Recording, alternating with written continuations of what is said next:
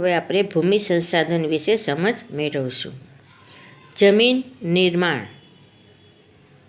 સામાન્ય રીતે ભૂસપાટીનું ઉપલું પડ જેમાં વનસ્પતિ ઉગે છે તેને આપણે જમીન કહીએ છીએ.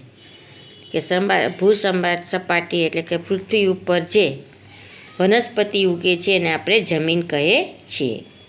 જમીન પૃથ્વીના પોપડા પરના અનેકવિધ કણોથી બનેલું એક પાતળું પડ હોય છે.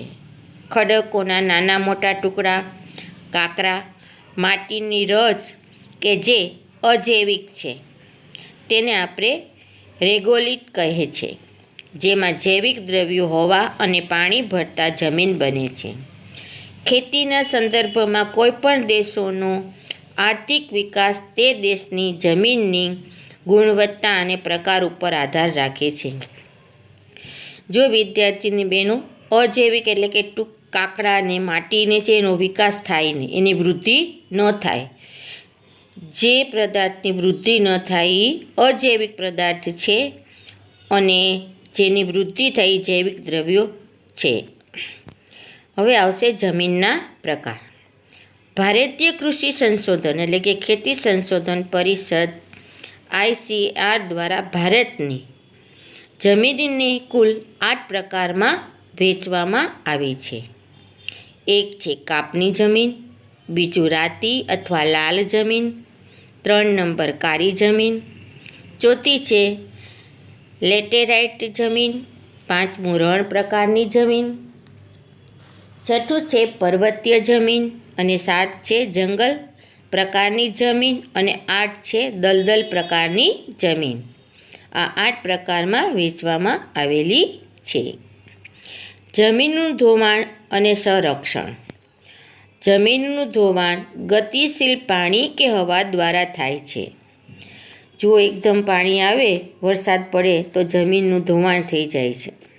એકદમ હવા આવે તો એ પણ એમાં માટી છે ઉડે છે એટલે થાય છે. જમીનના ઉપલા કણોને ઝડપથી કુદરતી બળો દ્વારા અન્યત્ર સ્થળાંતર થઈ જવું તેને જમીનનું ધોવાણ કહે છે.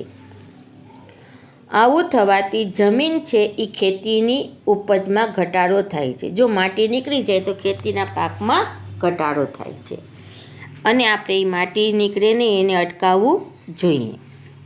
જમીન ધોવાણ અટકાવવાના ઉપાયો.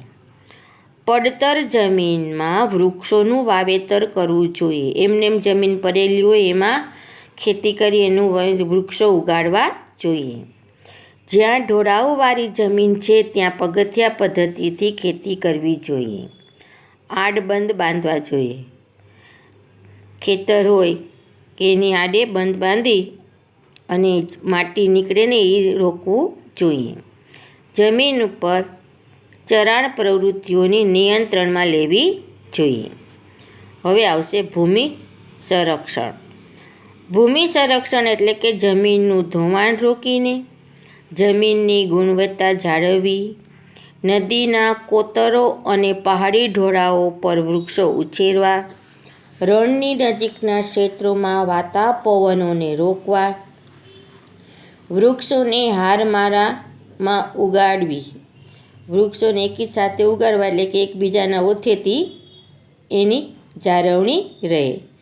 અનિયંત્રિત ચરાણને અટકાવવું જોઈએ. ફળદ્રુપતા ગુમાવી બેઠેલી જમીનમાં પુનઃ સેન્દ્રિય પદાર્થનું ઉમેરણ કરવું જોઈએ. આમાં સૌએ સાથે મળી સહિયારા પ્રયાસો કરવા જોઈએ.